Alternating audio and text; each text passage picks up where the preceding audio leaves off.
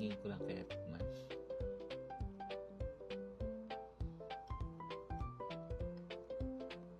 Alam nyo guys hindi siya yung tipo ng cookies na nakakasawa. And hindi rin siya masyado matinis. Kung kayong mga tulad ko na ayaw na masyado matamis and yung consistency niya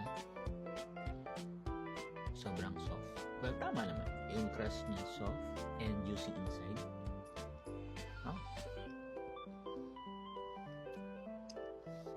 Let's go na kalag to the next. Salted caramel.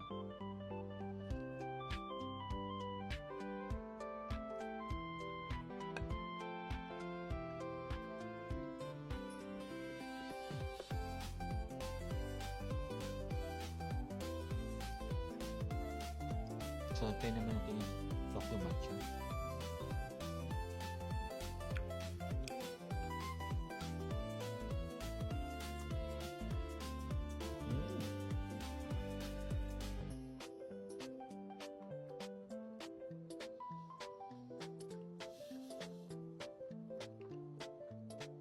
Ito naman yung Nutella. Try natin.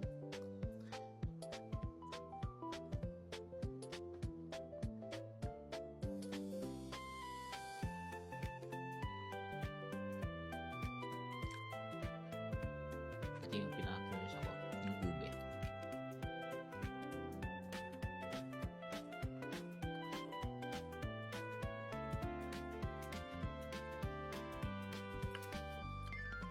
So, after na na-try natin lahat, so guys, kung taka kayo, ba't di ko inubos kasi sobrang ang dami niya and sobrang sarap. So, share ko sa mga kasama ko dito sa bahay. So, they can try it also. Honestly, hindi siya yung typical na cookies na matamis and then una, dalawang taste nyo lang parang ayaw nyo na. But this one, definitely talagang sobrang hindi siya titigilan. If kayo yung tipo ng tao na mahilig sa mga thick, chewy, premium cookies, this is for you guys. At para sa akin, worth it siya guys. Na binili ko at dumayo pa ako sa Estancia Mall. And if you guys na-try nyo na rin to or kung meron kayong oras to visit Estancia Mall until April 12, so nasa west part sila ng Estancia Mall, you can just visit them. Talagang favorite kayong matcha. Do this for me. Pero lahat naman talagang sarap. Like this one for me. So yun na guys. Bye.